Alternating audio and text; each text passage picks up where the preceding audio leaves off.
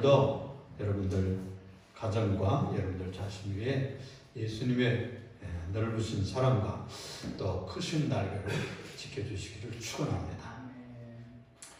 주기도문의 그 서론에서 두 번째로 나오는 얘기가 뭐냐면 너희는 이렇게 기도하라. 이것이 서론이에요. 근데 제일 먼저 혹격으로 하늘에 계신 우리 아버지요, 또는 옛날 번역에는 하늘에 계신 우리 아버지요, 이렇게 혹격으로 부르고 있습니다. 그런데 여기에 하늘에 계신이라는 말이 나와요.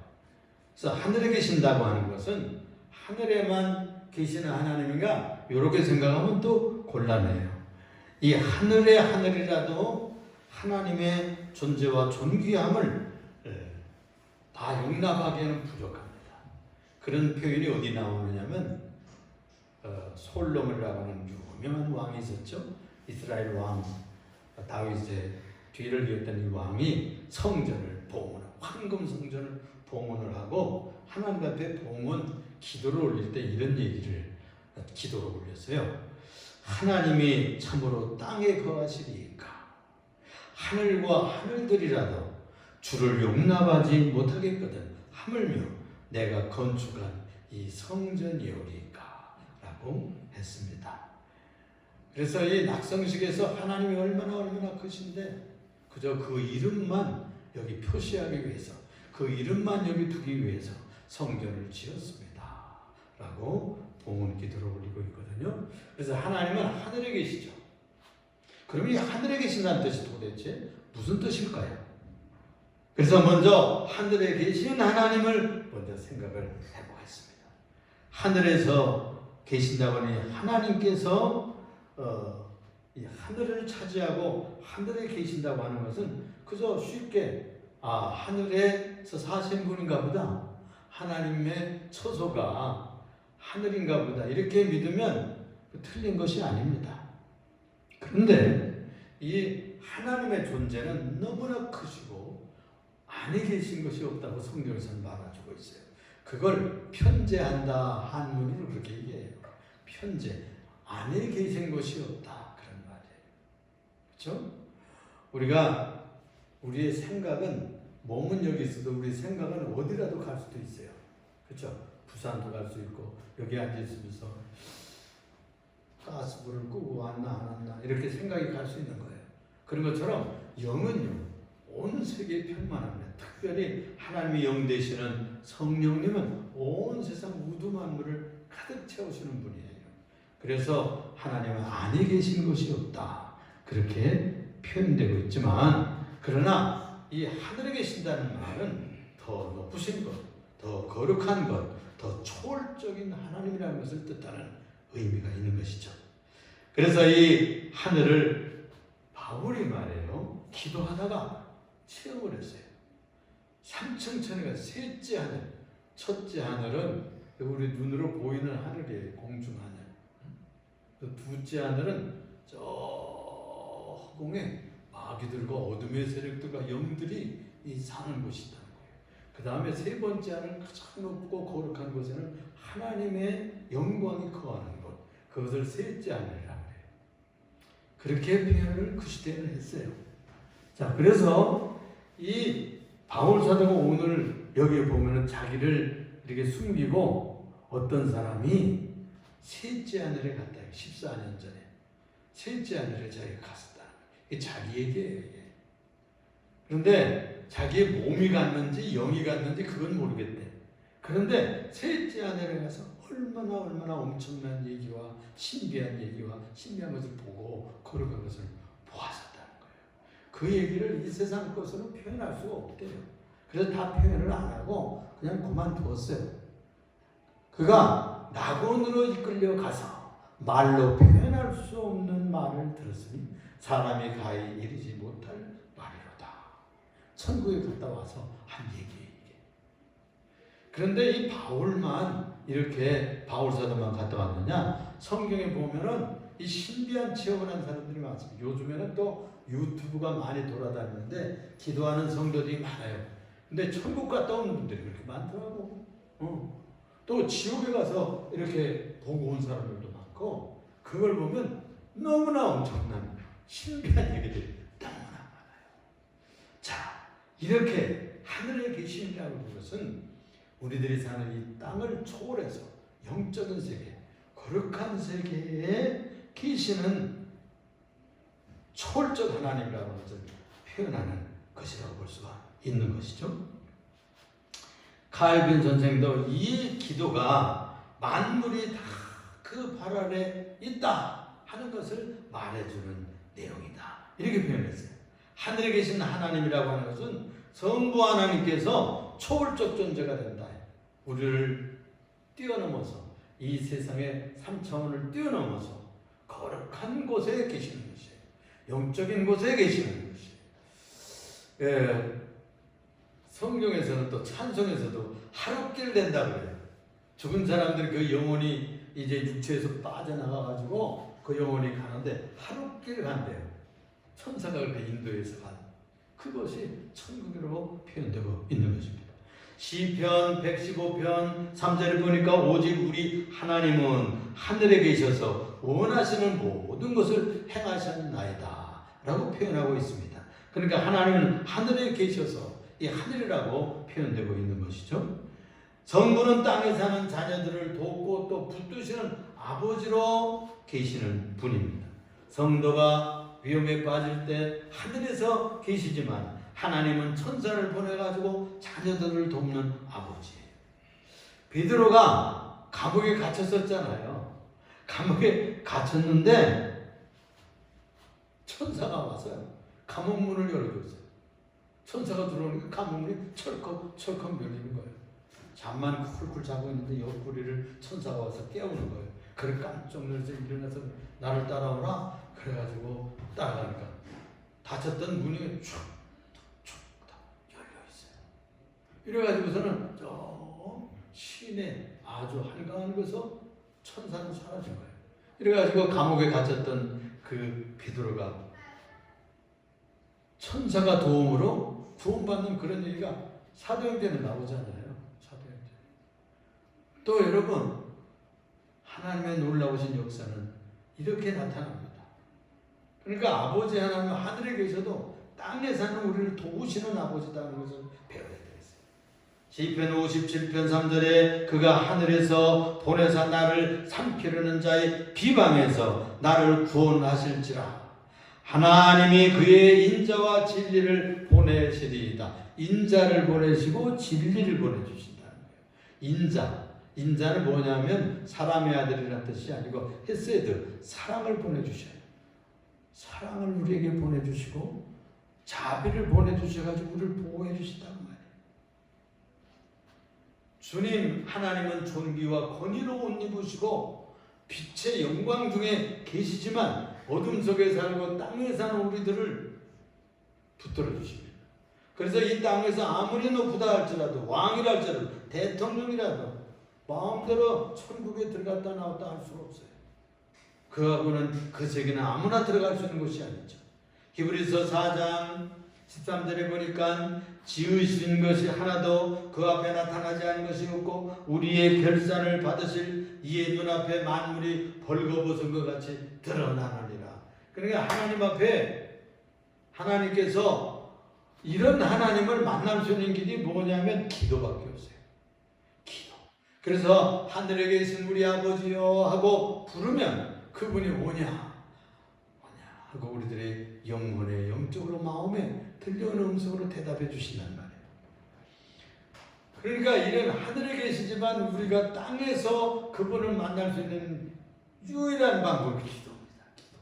예배를 통해서 만나는 것이고 말씀을 통해서 그의 음성을 듣는 것이고 기도를 통해서 그의 응답을 받는 놀라운 은총을 입는 사람들이 성도예요. 그래서 하나님은 불꽃 같은 눈으로 이 땅을 내려다보시는데 현재도 그렇고 이제 마지막 날에도 주님께서 우리 인간들이 음모를 꾸미고 술책을 부리고 거짓말하고 성부 하나님 앞에서는 모든 짓거리가 다 폭로된다고 그랬어요. 그래서 자동적으로 내가 다 그냥 자백을 한대. 주님 앞에 나오면 다 자백을 해.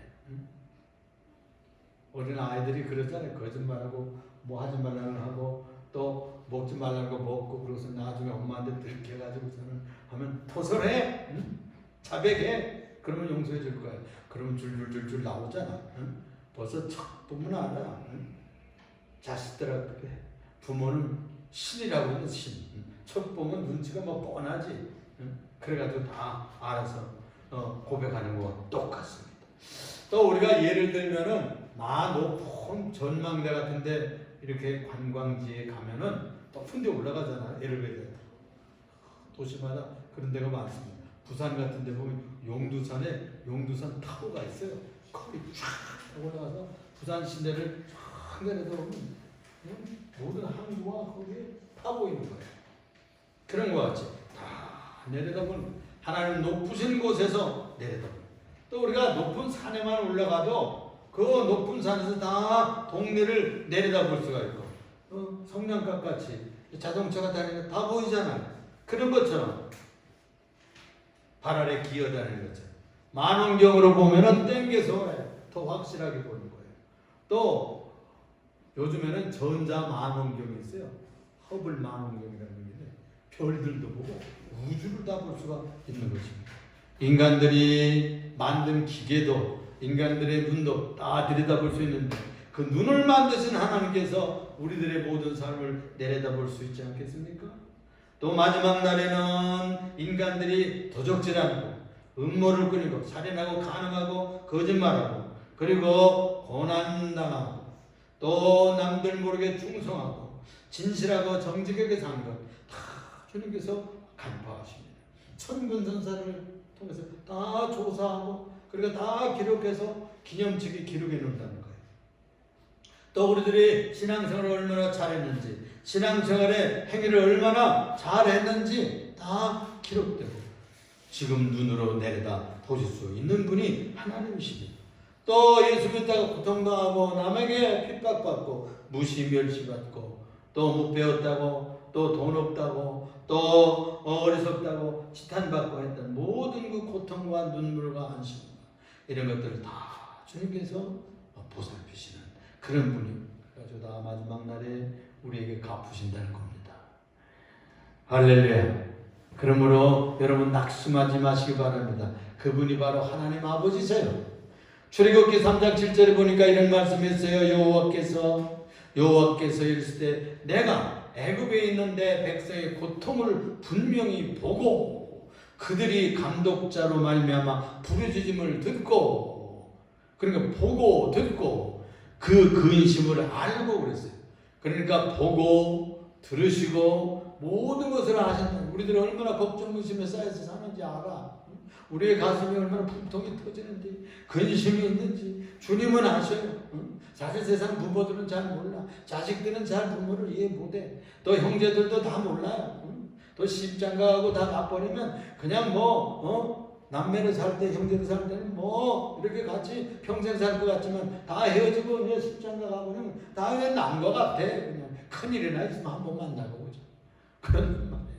그런데 우리들의 삶을 들여다보시면 우리 아버지 되시는 하나님이에요. 그래서 그분에게 기도하세요.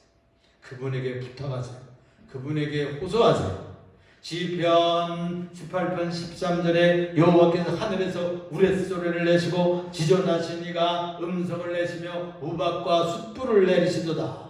그의 화살을 날려 그들을 흩으시며 많은 번개로 그들을 깨뜨리셨도다. 하나님께서요 자연사를 움직이십니다.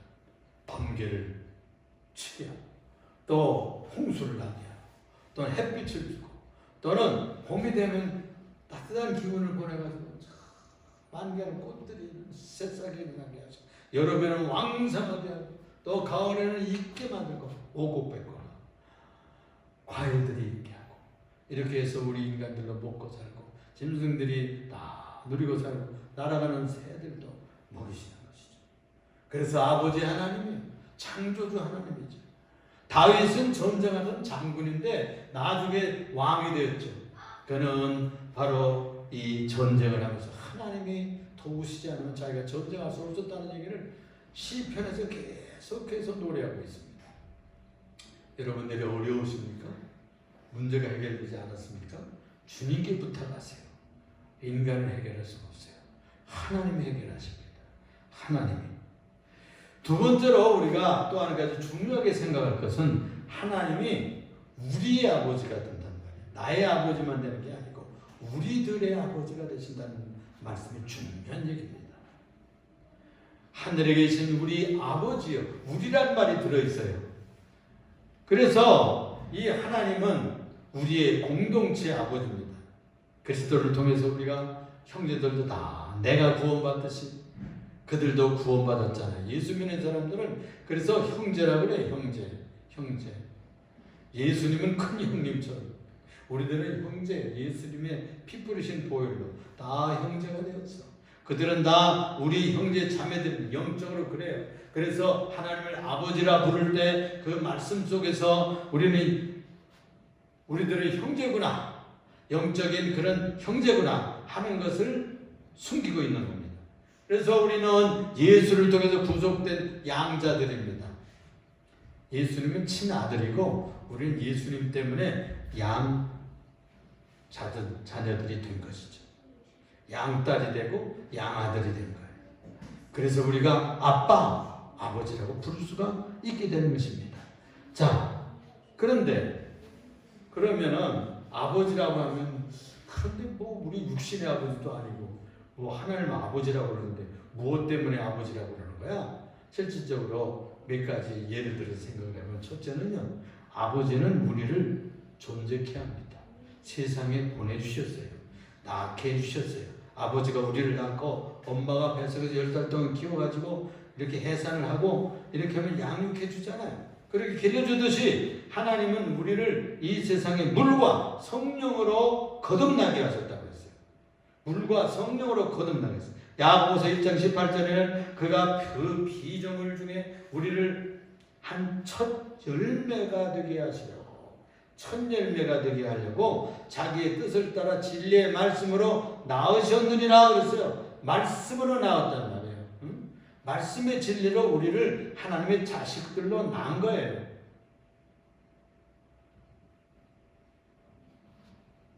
디도서 3장 5절에는 우리를 구원하실 때 우리가 행한 바 의로운 행위로 말미암지 아니하고 오직 그의 긍휼하심을 따라 중생의 습승과 성령의 새롭게 하심을 하셨나니. 그래서 성령을 통해서 중생을 통해서 우리가 씻고 새롭게 되었어요. 중생되었어요. 나았어요. 요한복음 3장 5절에 직접적으로 예수님이 이렇게 친히 말씀했습니다. 예수께서 대답하여 이르시되 물과 성령으로 거듭나지 아니하면 하나님 나라에 들어갈 수 없느니라고 했어요. 그 전에 3절을 보면요. 하나님 나라를 볼 수도 없느니라고 했어요. 볼 수도 없다. 거듭나지 않으면 구경도 못한다고 말해요. 요즘 어린애들의 얘기가. 너는 구경도 못해. 이렇게 할 수 있는 얘기예요. 볼 수가 없어요. 그러니까 예수님의 성령을 통해서 우리를 낳아주셨으니까 낳으면 아버지죠. 엄마죠. 그런 것처럼 하나님은 우리의 아버지.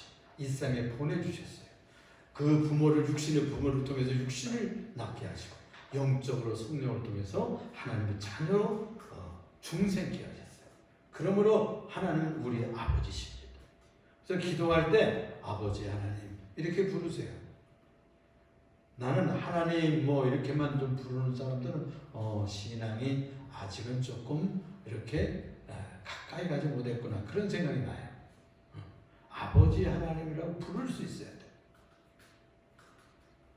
또 한 가지는 아버지는 우리를 양육해 주십니다. 나만 놓고서 내 깔려면 그건 좋지 못한 부모죠. 그런데 좋은 부모님들은 자녀를 양육합니다. 성부 하나님께서도 자녀를 삼아 주셨으므로 성도들을 자녀처럼 돌봐주셔요. 양육해 길러주신다는 말이에요. 시편 100편 3절에 보니까 여호와가 우리 하나님이신 줄을 너희는 알지어다. 너희는 알지어다. 무엇 때문에? 그는 우리를 지으신 이시요. 우리를 지었다는 거예요. 창조해 주셨어요. 우리는 그의 것이니 그의 소유예요. 그의 백성이요. 그는 우리를 기르시는 양입니다.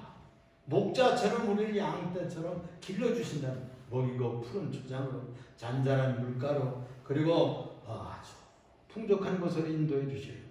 마태복음 6장 26절에 보니까 공중에 새를 보라 심지도 않고 거두지도 않고 창고에 모아들이지 않아도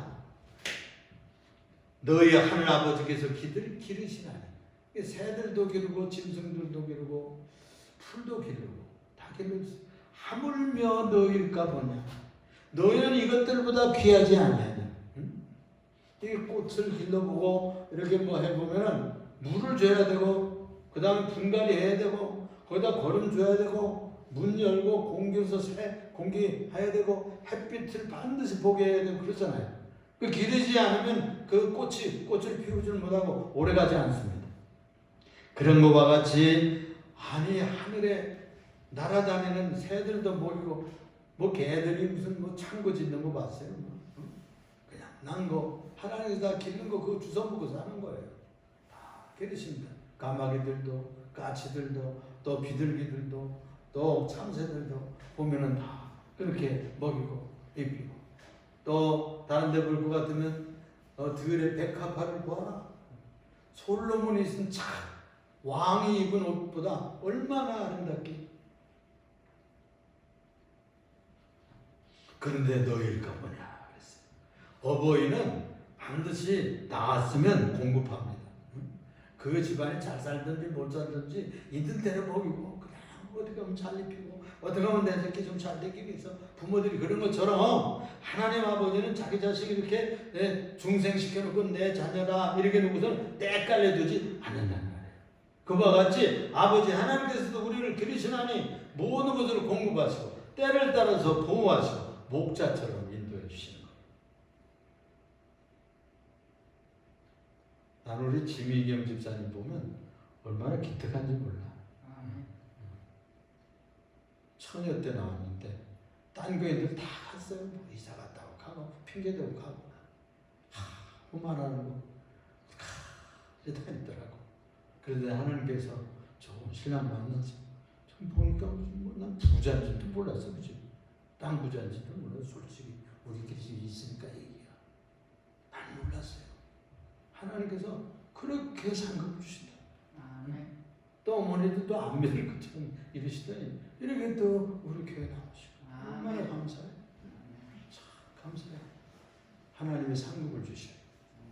또 두 아들 낳고 얼마나 귀한 아들들이. 아들 아무나 안 못 받습니다. 여러분. 못 받는 엄마만 그 받는 거예요. 상을 주셔요. 절대 그냥 지나가지 않아요. 나는 그래서 다른 데 가서 뭐 할 때 우리 지미경 집사 얘기를 많이 자랑합니다. 뭐 우리 교인들이 많아야지. 그러면 뭐 잘된 교인들 얘기를 해야지 뭐. 그럴 때 내가 자랑한다. 그걸 보면은 하나님께서 다 상급을 주시고 다 길어주시고 아름답게 주시고. 그러므로 염려하여 이르기를 무엇을 먹을까 무엇을 마실까 하지 말라. 이는 다 이방 사람들이 구하는 것이라. 너희 하늘 아버지께서 이 모든 것이 너에게 있어야 될 줄을 다 아시느니라. 다 아십니다. 산상수훈의 얘기예요. 그렇습니다. 그가 모든 것을 공급하실 줄 믿는 믿음이 진짜 믿음이에요. 그건 아버지 하나님을 믿는 거예요. 아버지는 진실한 믿음. 세상 부모들은 진실하지 못할 수 있어요. 거짓말도 하고요. 좀 세상 육신 부모들은요. 그때마다 조금 이렇게 임금변도 부리고 뭐 그래요. 수단 거짓말도 또 하고 하얀 거짓말도 하고 그러잖아요. 그런데 하나님 아버지는 그런 분이 아니에요. 진실한 분이에요. 사기치질 않아요. 속이질 않아요. 그분 믿으면 절대 손해보지 않습니다. 그는 구하면 우리에게 주시는 하나님 아버지예요. 그러니까 아버지라고 믿어야 돼요. 세 번째로는요. 이 아버지는 아들의 미래를 준비시켜요. 부모는 자녀들의 미래를 염려합니다. 세상은 그리 녹록지를 않습니다. 그래서 준비시킵니다. 가르치고 훈련합니다. 그래서 하나님 아버지도 우리를 단련시키고요. 우리를 이 풍파많은 세상에서 믿음으로 승리할 수 있기 위해서 우리를 연단하고 가르치고 훈련합니다. 조금 신앙 들어가면 단계가 높아져요. 우리를 다루셔야 하나님께서 힘있게 권세있게 믿음 있는 사람이 되기 위해서. 복음서는 예수님께서 제자들을 가르친 얘기로 가득 차 있어요. 시편 25편 12절에 여호와를 경외하는 자 누구냐? 그가 택한 길을 그에게 가르치시리로다. 신명기 6장 6절 7절에 보면 오늘 내가 네게 명하는 이 말씀을 너는 마음에 새기고 네 자녀에게 부지런히 가르치며 집에 있을 때든지 앉았을 때든지 길을 갈 때든지 누워있을 때든지 일어날 때든지 이 말씀을 강론할 것이며 말씀을 자꾸 잔소리처럼 얘기하라는 거예요. 뼈에 박히고 듣기 싫어도 자꾸 얘기하면 그 아이들의 가슴 속에 저들의 양심 속에 하나님의 거룩한 법도가 새겨진단 말이에요. 그래서 지금은 안 되는 것 같지만 이제 부모님들이 세상 떠나고 가면 어머니가 이렇게 말씀했는데 아버님이 이렇게 말씀했는데 아버님이 이렇게 결정했는데 그것이 생각나게 되는 거예요. 그래서 하나님 아버지는 자녀인 성도를 끊임없이 훈련합니다. 조금만 실력이 생기면 훈련합니다. 그러나 내가 가는 길을 그가 아시나니 그가 나를 단련하신 후에는 순금같이 되어 나오리라. 유명한 말씀이잖아요. 욥기 23장 10절. 그가 나를 단련하신 후에는 순금같이 나오리라. 응? 옛날 성경에는 정금같이 나오리라. 그렇게 되어 있어요. 사랑하는 자녀일수록 초다를 아끼지 않습니다.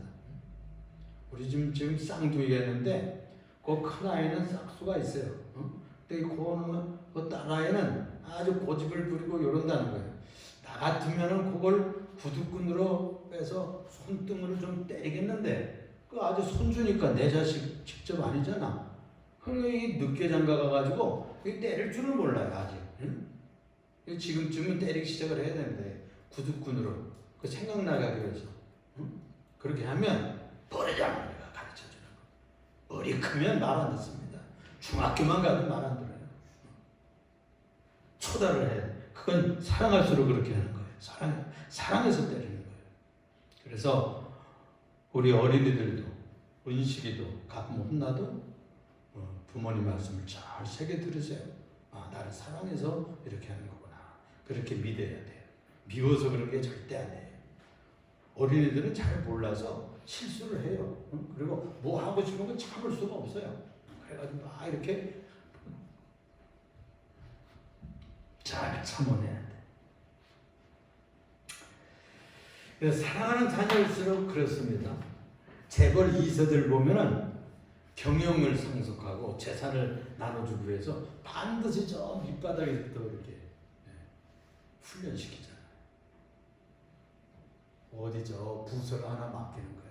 처음부터 뭐 이렇게 낙하산처럼 보내지 않아요. 진짜 키울 사람은 밑바닥 사원서부터 이름 숨기고 그냥 사장 아들 아닌 것처럼 훈련을 시켜가지고 차츰 승진시켜서 이렇게 해서 잘 성실하게 하는 아들들이 나중에 여러 아들 중에서 제일 좋은 것을 받고 그 다음엔 또 차한 것을 받고 그러는 거예요. 훈련하는. 여러분들 성경에도 보면 모세 같은 사람은 공부도 잘했어요. 그래가요 왕자로 키웠어요. 왕자로. 나중에는 왕자로 뭐 잘 될 줄 알았어. 그런데 그게 하루아침에 망명을 해가지고 쫓겨나가지고 저 미디안에 도망가가지고 망명생활을 40년을 했다고. 피신하는 곳에 80살이면 인생 끝났잖아요. 그때 하나님 불러서 너 좀 가서 네 백성을 구원해야 되겠다고. 나 못해요. 아이들 보셨잖아요. 내가 40살에 한참 해보려고 그랬는데 안 돼가지고 나 뭐 처갓집 양이나 키우고 이랬나. 나 갈 거예요. 무슨 소리야. 사람은 어느 때 쓰느냐면 내가 할 수 있다. 내가 자신 있다. 뭐 나는 가능해. 이럴 때 쓰질 않아요. 하나님께서는 내가 부족합니다. 나는 이게 모자라네. 나는 정말 왜 이렇게 이건 이 점은 참 이거 하나 잘하는 거 있지만 이러한 난 형편없습니다. 이걸 인정할 줄 아는 사람을 하나님이 쓰시고 축복하셔요. 그게 진짜 성숙한 사람이에요. 자기의 모자란 점을 아는 사람, 겸손한 사람이거든요. 겸손한 사람은 하나님 들어쓰셔요. 그렇게 될 때까지 훈련하고 연단하고 교육하고.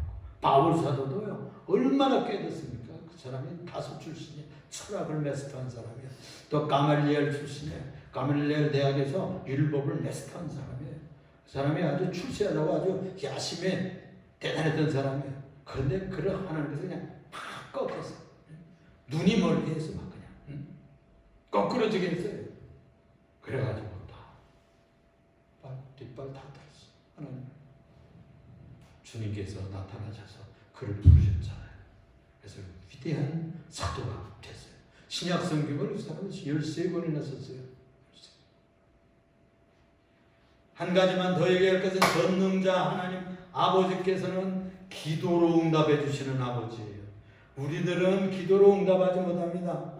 그죠? 뭘 자꾸 졸르면 할 수 있는 건 해주지만 돈이 없고 능력이 없고 한계성이 있어요. 육신의 부모들은 마음은 노래라도 더 주지를 못해요. 그런데 하나님 아버지는 크셔요. 전능하셔요. 그래서 기도를 응답하시는 전능한 아버지예요. 그래서 우리가 하나님 아버지를 믿어야 되는 거예요. 하나님 아버지라 불러 기도하는 자들에게 다 응답해 주실 줄로 믿으시기를 바랍니다. 하나님이 우리 아버지라고 고백하는 신앙이 최고의 신앙이에요. 하나님을 마음으로 하늘에 계신 우리 아버지여 이렇게 부를 수 있으면 그는 신자입니다. 성도입니다. 그는 하나님의 자녀예요. 아버지라고 아직 부를 수 없으면 아직 조금 수준이 부족한 거예요. 그래서 그런 자들의 기도로 응답해 주시는 하나님 전능하시는 하나님 사랑이 많으시죠. 능력이 풍성하시죠. 그리고 가장 잘 나타난 그런 권능의 기도문이 바로 주기도문이에요. 그래서 하늘에 계신 우리 아버지요 하고 엎드려 기도하면 주님께서 그냥 주실 것을 다 준비하고 있다가 그렇게 기도하기를 지금 기다리는 거야. 기다리는데 이 성도들이 그런 기도를 안 해요. 그런 기도를 안 해요. 주기도면 최고의 기도예요. 그 기도로 기도하면 여러분들에게 듬뿍 안겨 주실 줄로 믿습니다. 공중의 새들도 키우고 들풀 것도 키우고 또 숲속에 있는 짐승들도 먹이는데 믿음이 없는 불신자들, 이방인들은 그냥 지금도 그냥 뭘 먹을까, 뭘 입고 살까 그런 데다 목적을 둬요. 그것은 서울대학 나온 사람들, 미안합니다. 너 무슨 먹어도 인류대학 나온 사람도 그러고 또 뭐 똑똑한 학박사들도 그러고 그게 다야. 그건 너무나 차원이 낮은 거예요. 그 노동자들도 또는 무슨 뭐 기술자들도 또는 문화가는 사람들도 그런 건 다 그런 목적은 다 가지고 있습니다. 최고의 목적이 여러분 무엇이겠습니까? 주님께서 가르치는 기도 중에서 최고의 기도가 있어요. 그게 바로 너희는 먼저 하나님의 나라와 의를 구하라. 세상 사람들처럼 뭘 먹을까, 뭘 입을까, 어떤 집에 살까, 땅 몇 평 더 살까 이런 것만 생각하지 말고 하나님의 나라와 그 의와 하나님의 나라는 하나님이 세우는 나라에 들어가려고 하는 사모함이 있어야 돼요. 또 의라는 말은 하나님의 뜻을 실현하고 싶은 열정이 있어야 돼요. 내가 하나님 뜻대로 살아야 되겠는데, 하나님 뜻대로 가정도 이루어야 되겠는데, 하나님 뜻대로 이 아름다운 직장을 만들어야 되겠는데, 이런 삶의 목표를 가진 자에게 다른 것은 구하지 않아도 된다.